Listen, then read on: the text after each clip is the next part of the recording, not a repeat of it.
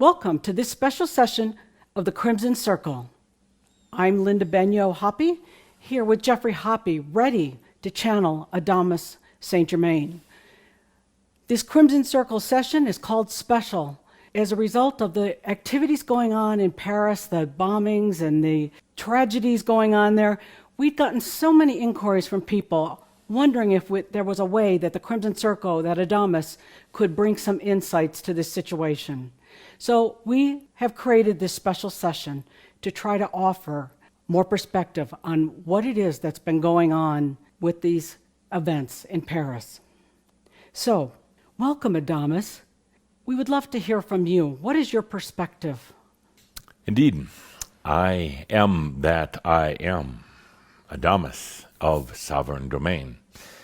The situation with the bombings in Paris you've asked me to talk about, I'd like to first acknowledge that in my last lifetime as Count Saint Germain, that I spent many of my years in France. It was one of the most delightful places on the planet, and to this day, even though I am now not living in human form on this earth, I'm what many would call an ascended master, I still have such a deep love for the people of France and a deep love for the land, but I also understand that this situation goes far beyond the borders of France and even Europe. It is a global situation.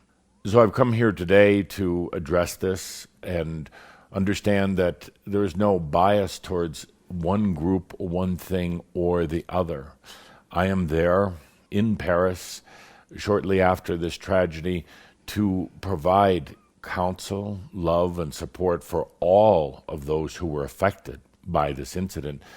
I'm focusing my energies in Paris in particular, but also making them available to anyone around the world who is in fear, anyone who is wondering what's going on in the world right now.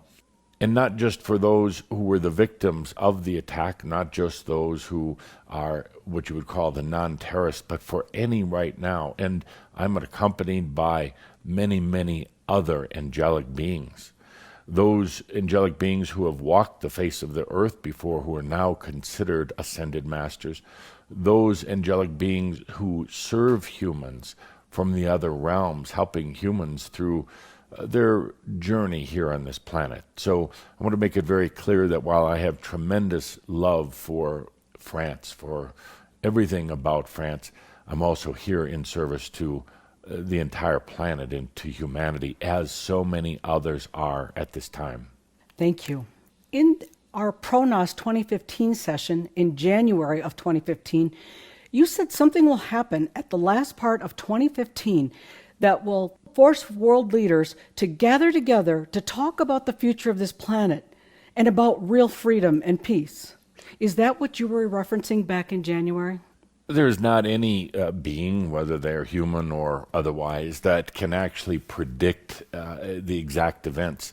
We tend to look at trends. We tend to look at directions that the world is going into, and you're referring to our session that we did at the beginning of the year, our annual session, where we talk about the trends on the planet. And what I said back then was that 2015 would be a year of many different events, one after the other, maybe not any of them huge by themselves, but a year that was going to be very tiring for humans, because just when you start feeling comfortable again, suddenly another event like this thing that happened in Paris, suddenly when that seems to subside, yet another event taking place. So it wasn't the knowing that there would be bombings in Paris, but it was a knowing that there is tremendous unrest on this planet right now. This basic unrest stems from the planet's overall trend and desire for freedom. Humans all around the world are having awakenings. There is more and more of a desire for true freedom. However, at the same time, it's creating a backlash, an opposite effect, because there are also those who are trying to go back in time, trying to go back to old values, trying to go back to old traditions. They fear freedom for themselves and for others. They fear this awakening of humanity. So what they're trying to do is pull back and literally restrict the freedom. But there is another important element that comes into play here, because in times like this, when there is a transition into what many would call the new energy or new consciousness, there is also a lot of power play on this planet. There is tremendous seeking of power, and the ones that you call the terrorists have found that not only is this a cause for them, but it is a great way to attain power.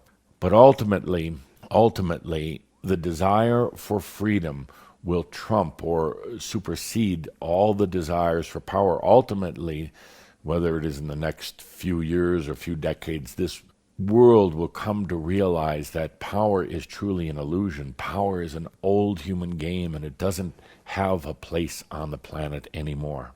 Is this a religious war?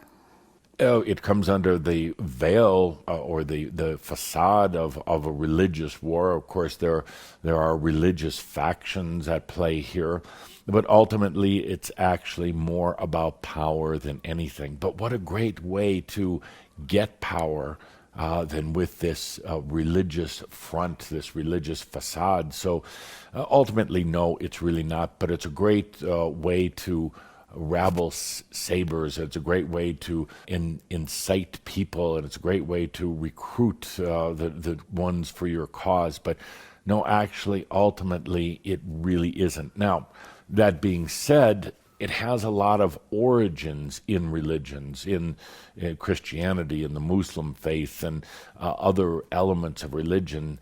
It goes back, what you're seeing now on this planet, with events like what happened in Paris. It's not just a decade-old situation or a century-old. It goes back thousands and thousands and thousands of years. It goes back to, for instance, the Paris bombings occurred on Friday the 13th. It's really quite synchronistic that it did, because there was the original Friday the 13th event that happened back over 700 years ago, back with the Knights Templar. The Knights Templar was a Christian group that helped pilgrims who were on their way to Jerusalem, protecting them from the robbers and the thieves, but also the Knights Templars ultimately, with the authority of the Pope, gained tremendous power and tremendous wealth. Well, there was a certain king in France who didn't like what was going on with the Knights Templar, didn't like the fact that they were relatively sovereign, so he set up a situation where the knights were called in at various parts of Europe on Friday the 13th under the auspices of a meeting and a feast, and were actually executed. You could see that it has a lot of strings in connections into old religious events, because Friday the 13th ever since has been considered a superstitious day. Most people don't even understand the origins of Friday the 13th, but it's in the consciousness, and it's also in the superstitions of the planet. So yes, it's a very, very old situation, once again under the facade of religion that's coming forth on this planet once again. Many people want to know, is this the time to pray for world peace? It's a very interesting question, and it's a time to be conscious of what is going on the planet. It's a time to be aware of your balance. It's a time to be aware of why things are happening, not just based on the headlines in the news or what the commentators will tell you, but the underlying causes of what's happening. And again, I bring these underlying causes to the very simple element of freedom, the desire of humans to be free. But how many humans really understand what that means, and how many are truly ready for freedom? And this whole element of power that's taking place. In a way of saying that, is this a time to pray for world peace? Quite frankly, from my perspective in the other realms, there are humans who pray and really aren't aware of what they're praying for or whom they're praying to. Are they praying to God?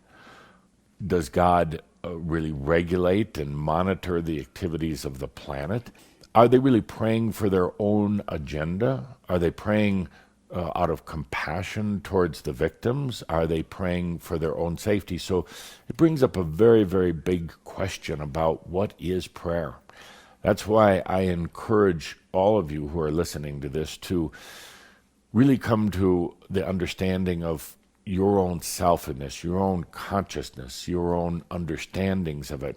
Come to the place of understanding that the greatest service you can do for this planet right now is to serve yourself. Now, it might sound very strange in the advent of these recent activities, but if you are allowing your own enlightenment, you are integrating your dark and light, your masculine, feminine, you're integrating all of the parts of yourself, and you are allowing the enlightenment of yourself while you stay in the physical body. This has a profound effect on the consciousness of the planet. It has a profound effect on the future potentials of this planet, because what this planet truly needs right now are living, embodied, enlightened masters. Ones like you who have allowed the divinity to come into this very physical and sometimes very dense and harsh 3D environments. What this planet right now needs is not more gurus and not more preachers and not more spiritual teachers, but ones who are truly, truly enlightened. They set the example for all of the others. So while it's good to have compassion and understanding for those who are involved in this Paris bombings, good to have compassion for all of the planet right now, what's truly needed is to take this opportunity to allow your own enlightenment. Thank you. That's really sweet advice. Another question that came up was, why does it take something happening in the Western world when things like this go on in the Middle East and other countries all the time, and they never get hardly any attention? They barely make the headlines. Why is it that this has captured people? You take a place like Paris, known as the City of Lights, a place of romance, a place of fine wine and fine food. It's a place where people are aware of from all around the world, no matter where they live, what type of culture. They're aware of the glamour of Paris. So, in a sense, an incident like this, which was not incidental by any means, but an incident like this brings awareness. It brings consciousness. It causes shock waves to go out all around the world, and it causes people to become more conscious instead of just following in their everyday life path and being actually quite unconscious to the world around them. For a moment, they become much more conscious, and they ask themselves, what do I want from life? They look at the potentials of humanity, and they say, what do we want? What changes? They go very deep within themselves. So in a case like this, where the terrorists are really trying to bring fear and where they're trying to take the joy out of life, they're trying to get people to retreat back into smallness. What actually happens, what they don't understand, is that it actually causes conscious people to be more conscious, good people to be better people. It causes people to stop for a moment and look at their families and say, this is the thing that's important to me, to take a look at the environment and to say, this is our planet, to take a look at humanity and say, these are dear souls all around the world who deserve freedom, who deserve compassion, who deserve abundance. So it is actually almost counterproductive to the terrorist desire to try to bring fear, to try to make things small again. It actually causes the conscious to become more conscious. I'm not saying that this is the way to do it, not whatsoever, but I'm saying that really truly counter to what the terrorists thought was going to happen, thought they would keep people off the streets and from celebrating life and from having the freedom to hold whatever religious or spiritual values they want. Actually, it causes more of a focus on that. It causes more of a desire for this ultimate freedom. What's happening on the planet right now is this whole shift to freedom. And again, as I said, most people don't really understand freedom, but they have a heartfelt desire for more freedom. What's happening in this huge planetary shift right now is that the institutions and the organizations and the belief systems that have suppressed freedom, that have held humans in their small human world, this is changing. It has to change. I'm not saying that there's any villains in here or anything sinister. It's just the way humanity has grown over the ages. But there are banking systems that are antiquated right now, banking systems that really are holding power and keeping true energy from being distributed in a free-flowing way across the planet. I'm not talking here about giving out money, but I'm talking about making the channels of the energy flow of finances around the world much more open so that it becomes a potential for everyone, not just a few. The banking system on the planet right now is very, very old. When you take a look at what's happened to technology just in the past 30 or 40 years, banking system is 500, 600, 700 years old. Actually, the current banking system literally goes back to the times of the Knights Templar in the 12 and 1300s, and to a degree even back further than that. That needs to change. The politics, political systems, and even what you'd call the most developed countries on the planet, it's time for a change in those. They're really not free systems. People talk about democracy and think because they have the right to vote that they are free, that it's a democratic process. But it's a very, very controlled process by a small number of people who basically are making the decisions of the 2 or 3 that you can ultimately vote for. All of these things are changing. All of these things need to change. And again, I'm not saying that there's any conspiracy here. It's just the way human consciousness has evolved over the decades, the centuries of time. The way businesses are organized and run right now, businesses do an incredible job. I actually would almost rather have a business running a country than the politicians running a country. But businesses are still focused on bottom lines. Now, there's a change in businesses. Many more of them are becoming much more conscious of the environment, conscious of their customers, conscious of the good that they do with their product. But there's still far too many who are only focused on the bottom line and on the shareholder return.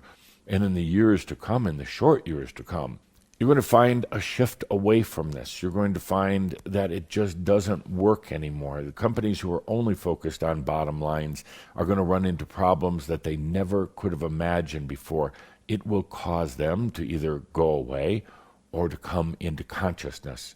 The businesses that survive in the future will have a heart line with an understanding of not only the economics of their business, but how it serves the planet, how it maintains and preserves nature, how it has to do with ultimately providing freedom for people without using abuses of power. One thing that people find hard to imagine is how is it that these extremely violent, cruel behaviors, which haven't been seen like this for hundreds and hundreds of years, how does that occur that someone can even go back that far in behavior? We were talking basically about how can any being be so violent and have such disregard for human life and ultimately for human freedom. But the fact is that they believe in their cause. They don't understand that their cause is power-driven and actually fear-driven. They hide under this veil of religion. They say that Allah, God, is wanting them to do this. And conscious beings know this is not true. God has no preference. God has no preference in religion. God doesn't care if you're an atheist or you're a devout churchgoer. Doesn't care whatsoever. But there are those who have been in power and continue to use power to control other people. Power is their food, and again, they hide under the masks of religion or business or politics or anything else, and they will do anything for that. They justify it by saying this is God's will, when indeed it isn't. So they are in such a limited, narrow consciousness that to them they justify the violence. But this will not hold out on the planet much longer. There are those who will no longer tolerate it, and they're not going to take arms against these terrorists. What they're going to do is take consciousness within themselves. Consciousness is very different than thought or belief. Very, very different.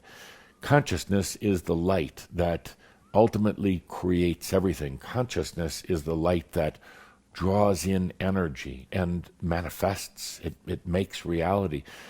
Consciousness is the light that is being brought in now by humans, not a large group, but by enough humans around the planet. It will simply not tolerate this type of violence. It doesn't have to be aggressive. It doesn't have to battle the terrorists, because the light of consciousness shines so strongly upon everyone without agenda, without trying to change them, but it's simply a potential, a light.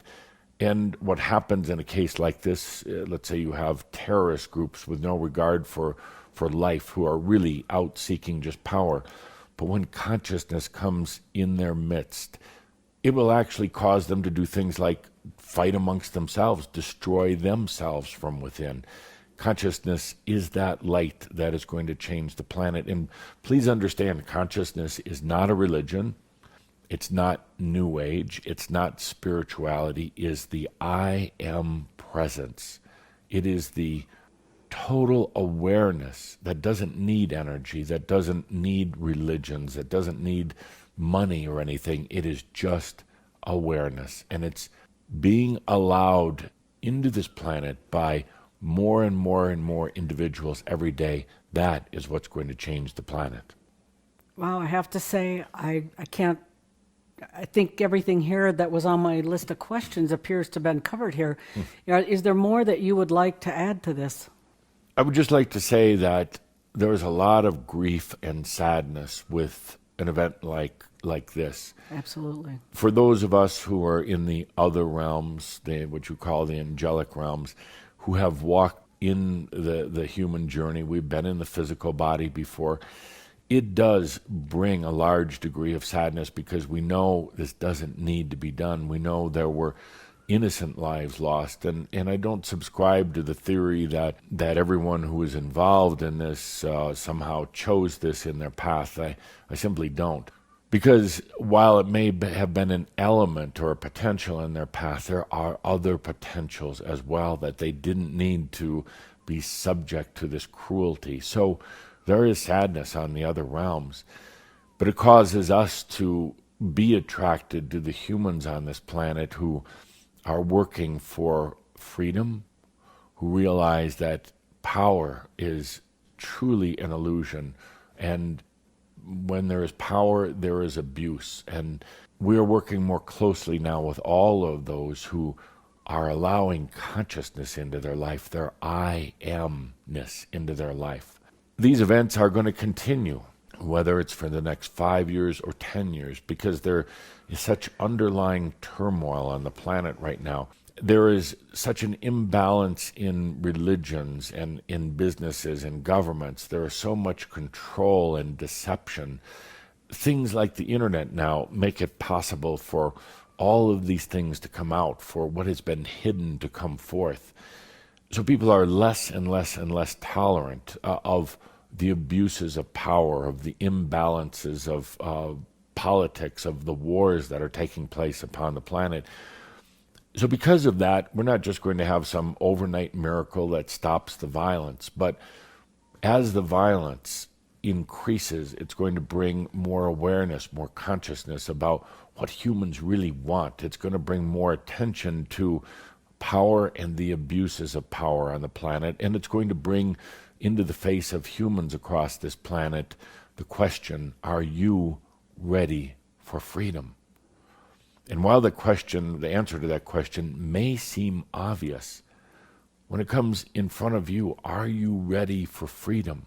Are you ready for the responsibility? No longer blaming others, no longer even blaming your past, no longer fearing the future, but knowing that what comes to you in your future is absolutely appropriate because you're the one creating it. So when that question comes to you, are you ready for freedom? It's not necessarily an obvious answer because it requires tremendous responsibility, requires acknowledgement that you are a creator. You are the creator of your life. So it will bring up this question all over the world tonight, tomorrow night, the next night. It will make conscious people more conscious, and it will make people who continue to be victims or play the role of victims fall into more of a victim consciousness. For the next 5, 10, maybe longer years on this planet, there will be more of a chasm or a divide between those who are allowing their sovereignty, their freedom, and those who are still playing the old game of power under the guise of religions, businesses, politics, victims, or whatever else. So I would ask each and every one of you to take a look at yourself in a loving, compassionate way. Take a look at your own life and what you are choosing for yourself, not what you're choosing for the rest of the planet or your family or your community, but what you're looking for in your own life. Use an opportunity like this when the energies are high, when the news media is having so many stories, even dramatic stories about an event like this. Use this opportunity where there is fear. Yes, there is fear. So many of you wondering if you should ever get on an airplane again, whether it's safe to go to a movie theater or to a nightclub.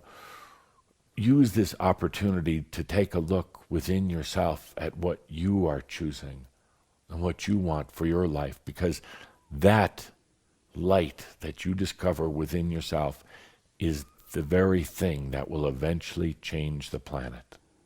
So with that, I'm honored to be here to answer a few questions. Perhaps I didn't give logic to what is happening. I didn't give some sort of rationale or anything like that to the situation, but understand right now you live in very amazing but yet very challenging times on this planet Earth. And also please know that in all of this, you are not alone. There are other beings, kindred spirits all around the planet who have feelings, who have insights like you do. And understand there are legions of angelic beings, many of us who have been in human form before, who are adding our compassion and our love to this planet, even during these dark hours. With that, I am Adamus of Sovereign Domain.